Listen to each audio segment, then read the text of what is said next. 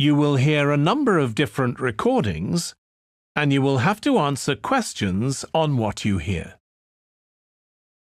There will be time for you to read the instructions and questions, and you will have a chance to check your work. All the recordings will be played once only. The test is in 4 sections.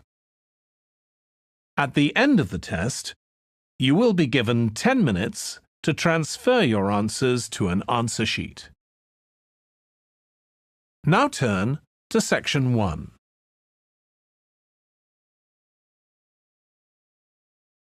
Section 1.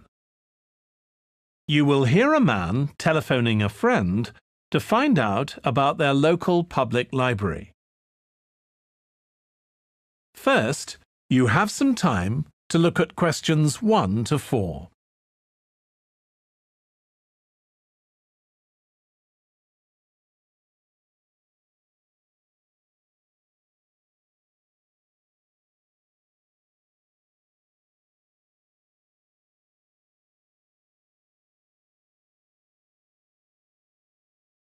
You will see that there is an example that has been done for you.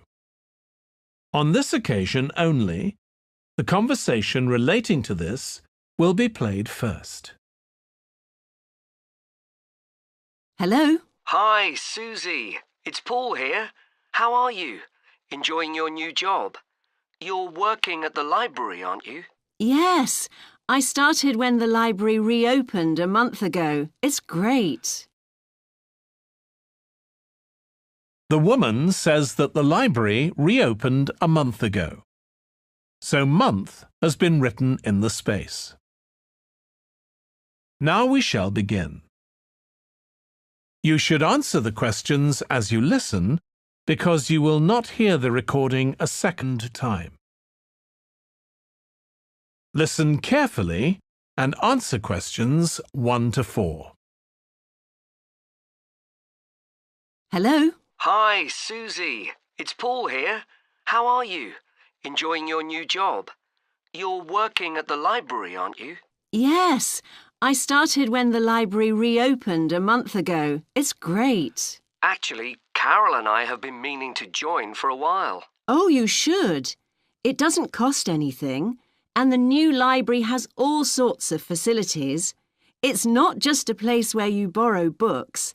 For instance, there's an area with comfortable seats where you can sit and read the magazines they have there. Some people spend the whole morning there. Wish I had that amount of time to spend. Yes, you must be pretty busy at present, with the children and everything. We are, yes. But we're hoping to get away this summer. We're thinking of going to Greece. Well, we've got a much larger section of the library devoted to travel books now, so you should come and have a look. I can't remember if there's anything specifically on Greece, but I should think so. OK. Now, Carol's organising a project for the history class she teaches at school. It's about life in the town 100 years ago. Do you have anything that might be useful? Yes. Actually, we've now got a new section with materials on the history of the town and surrounding region. Right. I'll tell her. You can't always find that sort of thing on the internet. Now, in the old library, there used to be a separate room with reference books. It was a really nice, quiet room. Yes, we've put those books in the main part of the library now, but we do have a room called the community room. It can be hired out for meetings, but at other times, people can use it to study. I might use that. It's hard to find anywhere quiet at home sometimes. I can't remember how old your son and daughter are.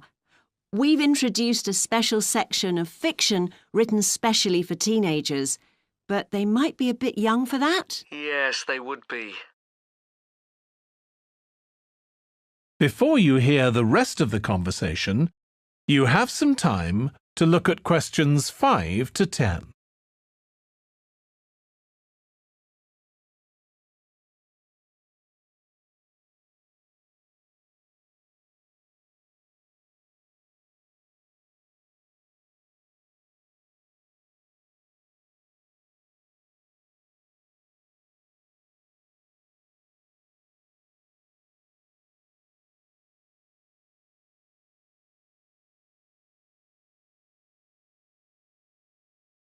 Now listen and answer questions 5 to 10. Well, we do have lots of activities for younger children. Yes? For example, we have a science club. At the next meeting, they're going to be doing experiments with stuff that everyone has in the kitchen, sugar and flour and so on. They might be interested, yes. And we have a competition for children called Reading Challenge. That doesn't begin until after the end of term. They have to read 6 books and they get a certificate if they manage it. So that gives them something to do while they're on holiday, instead of getting bored. That's the idea. And there's special activities for adults too.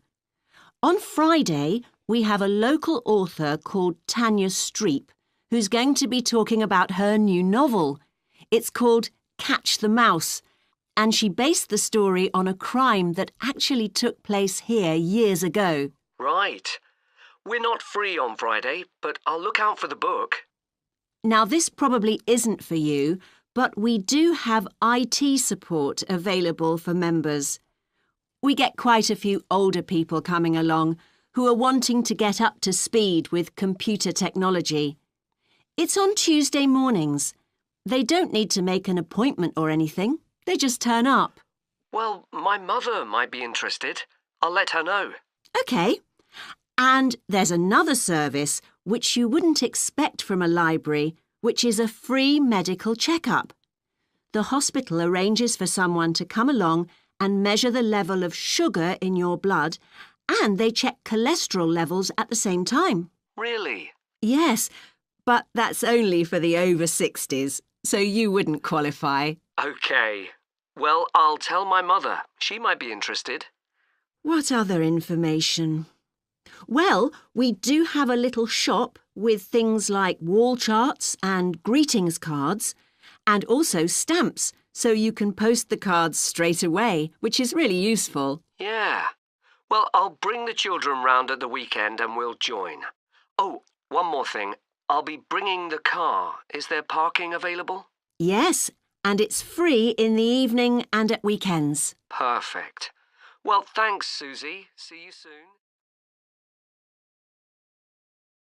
That is the end of section 1. You now have half a minute to check your answers.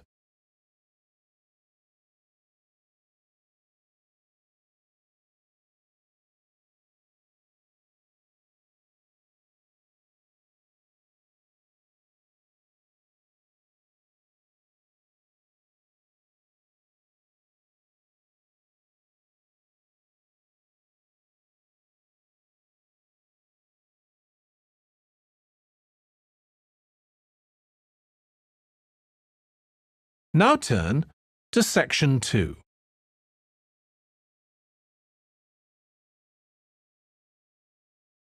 Section 2. You will hear part of a training session for new employees at a large travel company. First, you have some time to look at questions 11 to 17.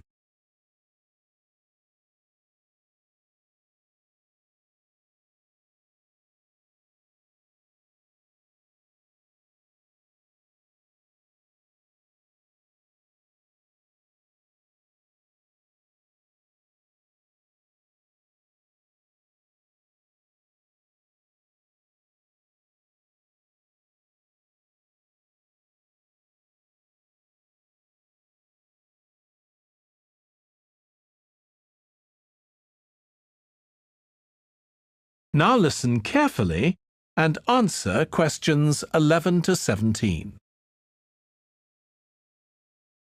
In this session in your training day, we're going to look at some of the more specialized holidays we offer at BC Travel. Now, the travel business is very competitive, and it's important to be aware of how the market's changing and developing. In terms of age groups, the over 65s are an important market, and one that's increasing steadily year on year. The fewest holidays are taken by the 31 to 42-year-olds, and that figure shows no sign of rising. The biggest market at present is still the youngest group, the 16 to 30s, but this group's also seen the biggest drop over the last few years, whereas there's a noticeable growth in the number of holidays taken by the 55 to 64-year-olds. As far as the 43 to 54-year-olds are concerned, bookings there are steady, but I have to say we haven't seen the increase we expected. One trend we're noticing with nearly all age groups is the growing popularity of holidays in which clients do some kind of specialized activity. I'm not talking here about adventure holidays where clients take part in high-risk activities like white water rafting just for the thrill of it. Activity holidays usually involve rather less high-risk sports or things like art and music.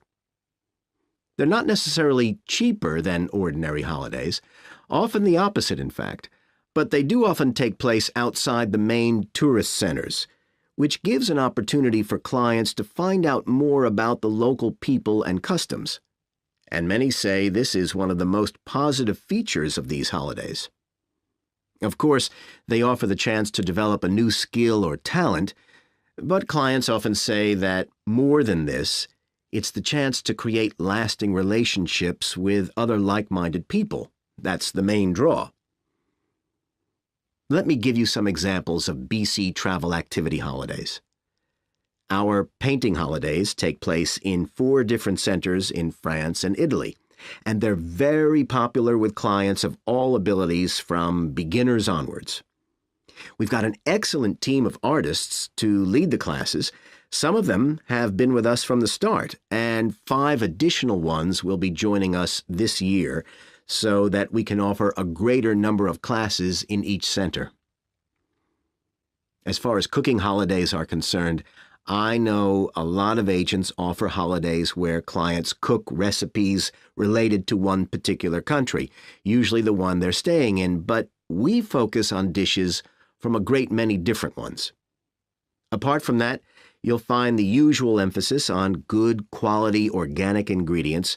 That's more or less a given nowadays, and there are generally some meat-free recipes included.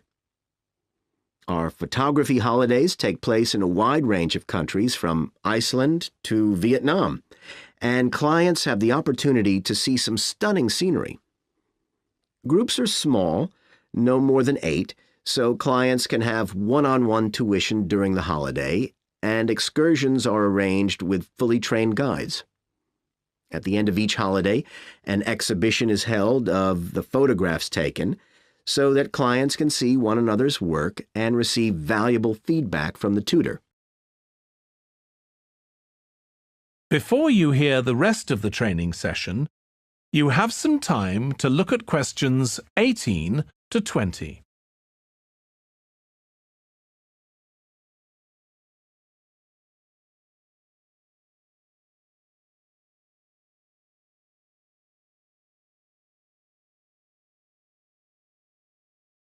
Now listen and answer questions 18 to 20. Finally, let me tell you about our fitness holidays. In Ireland and Italy, we run one-week general fitness classes for all ages and levels of fitness. Clients start the course with a consultation with a trainer, and together they draw up an individual program. As well as improving general fitness, clients find that they end up losing much of the stress they've built up in their daily lives. In Greece, we have a 2-week holiday for clients who want to do something about their weight. This has all the features you'd expect, like a personalized diet program, but one of its most popular features is that the exercise classes are all held on the beach. People say it's far preferable to being in a gym. Finally, we offer several holidays in Morocco. One very popular one is the mountain biking holiday. Bikes are provided, and there are different routes according to people's ability. We offer one which is tailored to the needs of families, which is particularly popular. Okay, so that's about all the time I have today, so thank you very much. That is the end of section 2. You now have half a minute to check your answers.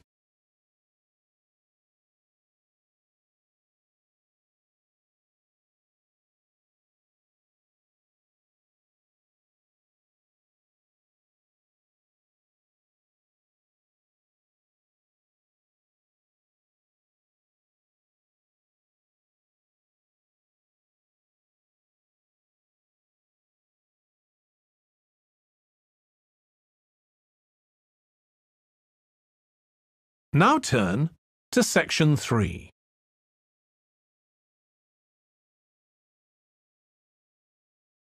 Section 3. You will hear two tourism students, called Natalie and Dave, talking about the tourism case study they are doing. First, you have some time to look at questions 21 to 26.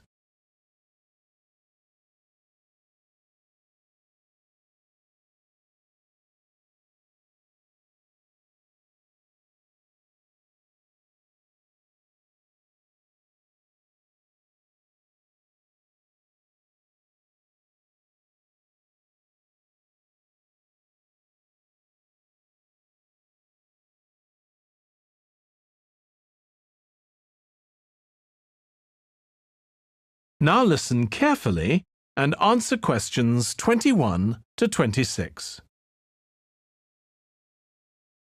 Dave, I'm worried about our case study. I've done a bit of reading, but I'm not sure what's involved in actually writing a case study. I missed the lecture where Dr. Baker talked us through it. OK, well, it's quite straightforward. We've got our focus. That's tourism at the Horton Castle site. And you said you'd done some reading about it? Yes, I found some articles and made notes of the main points.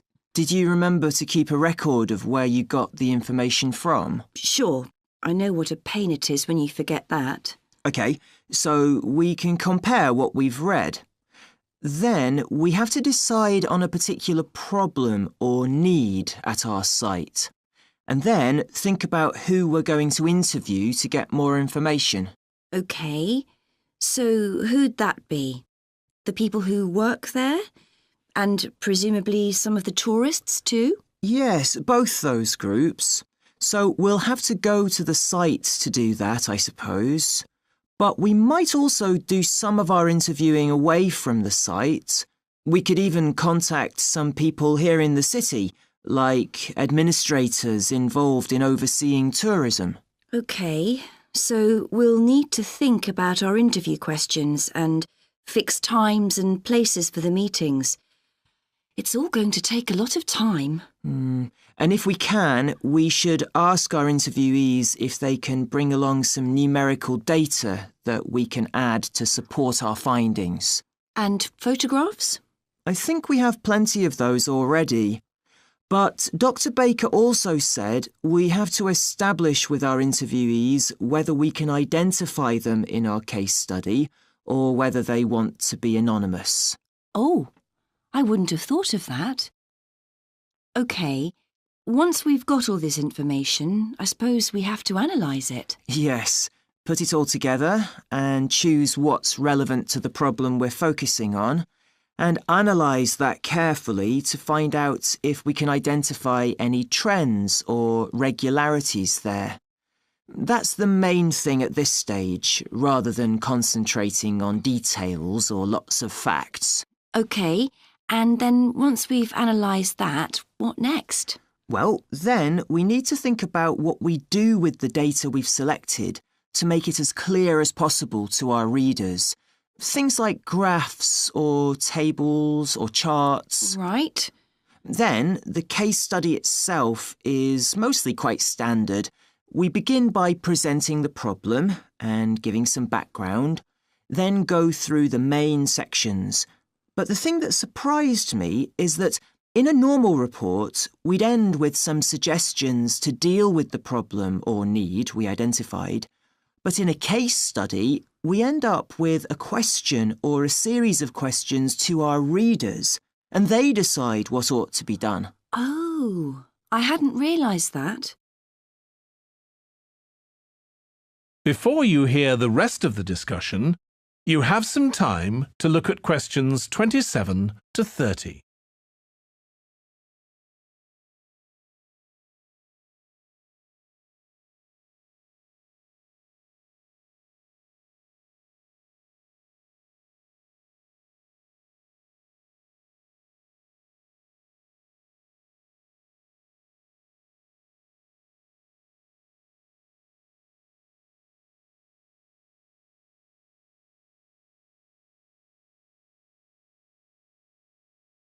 Now listen and answer questions 27 to 30.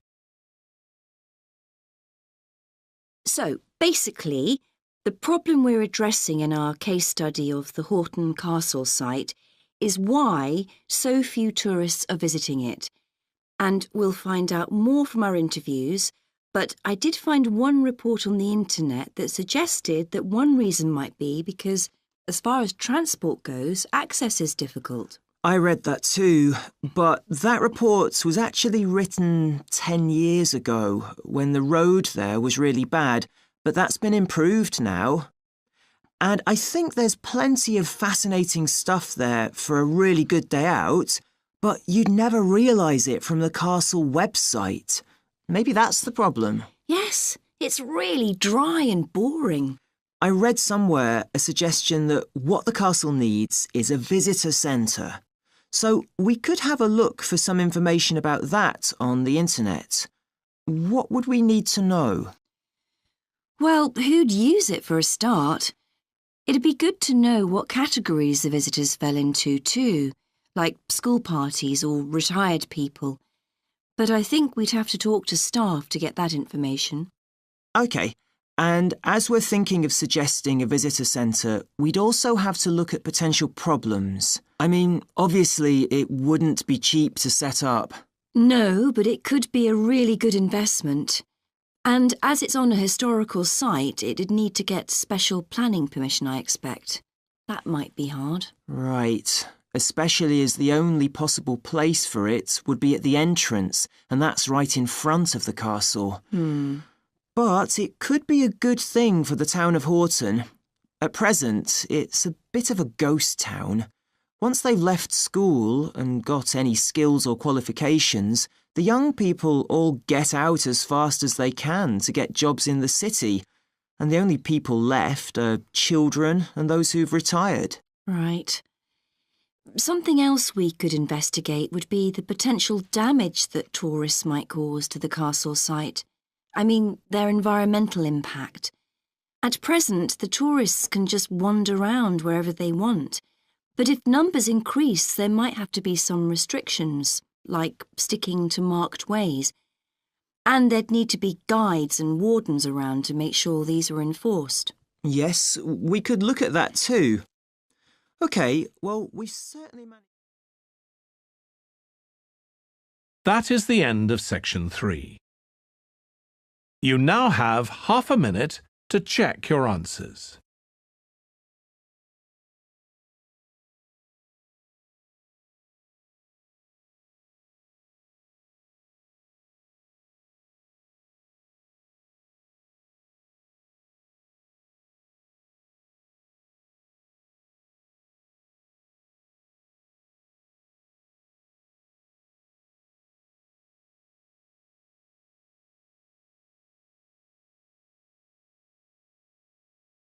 Now turn to section 4.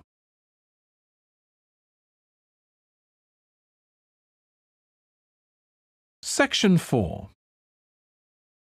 You will hear a lecturer on an environmental studies course discussing how birds are affected by environmental change. First, you have some time to look at questions 31 to 40.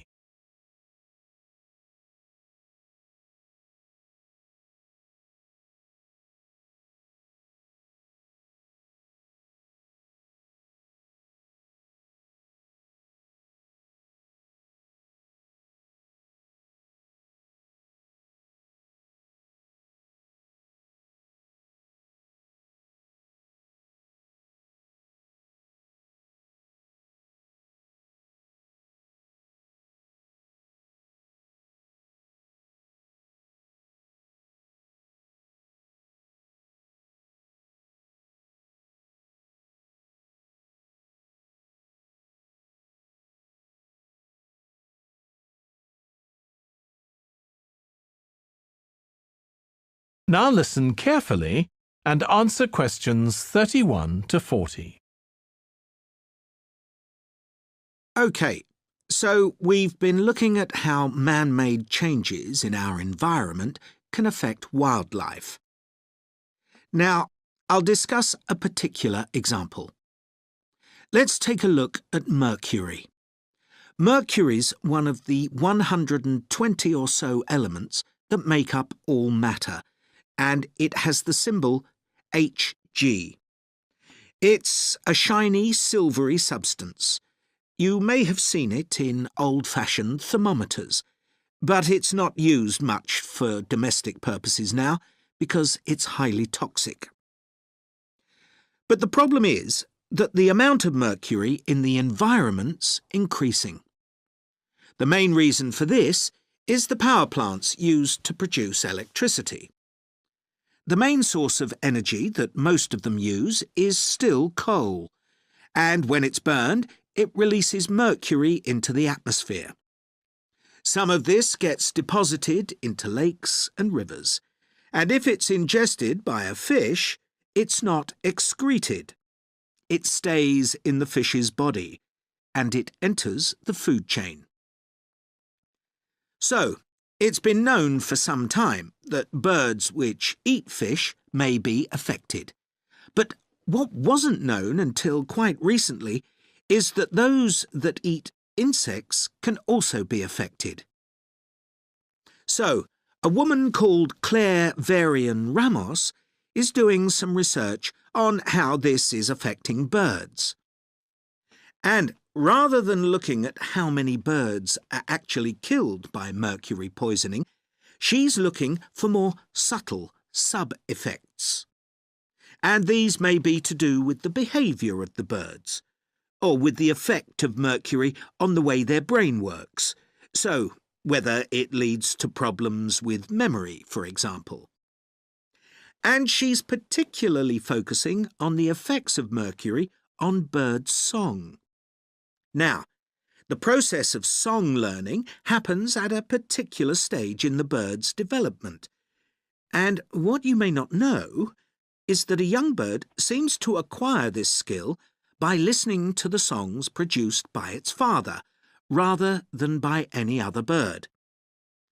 And Varian Ramos has already found in her research that if young male birds are exposed to mercury, if they eat food contaminated with mercury, then the songs they produce aren't as complex as those produced by other birds. So, quite low-level exposure to mercury is likely to have an impact on male birds in a natural situation because it can mean that they're less attractive to female birds, and so it can affect their chances of reproduction.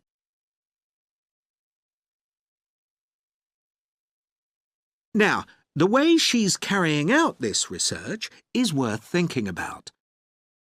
She's using a mixture of studies, using birds kept in laboratories and studies carried out outdoors in the wild.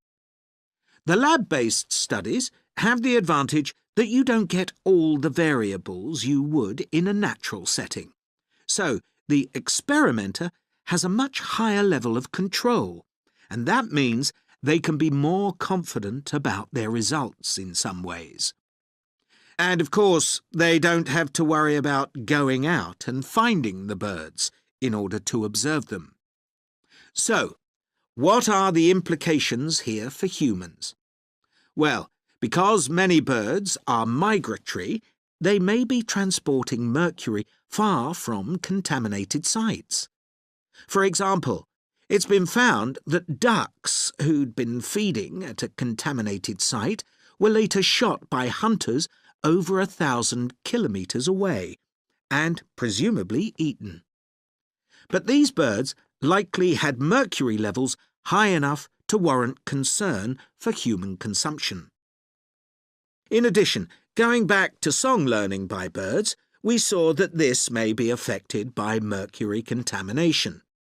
Well, we also know that in humans, mercury causes developmental delays in the acquisition of language, And in fact, this process is very similar in the brain regions it involves, and even the genes that are involved. But mercury contamination has other important implications for humans as well. It's now known that an unborn child can be affected if the food eaten by its mother contains high levels of mercury, and these effects can be quite substantial. In the end, it comes down to whether more value is placed on human economic well-being or environmental well-being. It's true there are new regulations for mercury emissions from power plants, but these will need billions of dollars to implement and increase costs for everyone. Some argue that's too much to pay to protect wildlife.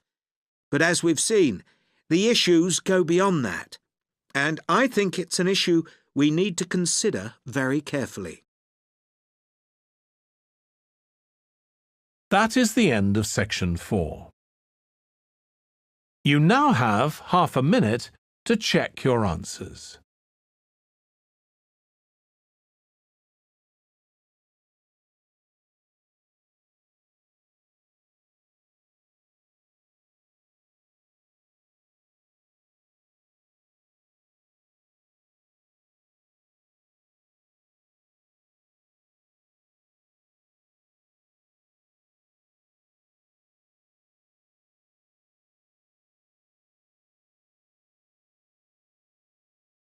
That is the end of the listening test. In the IELTS test, you would now have 10 minutes to transfer your answers to the answer sheet.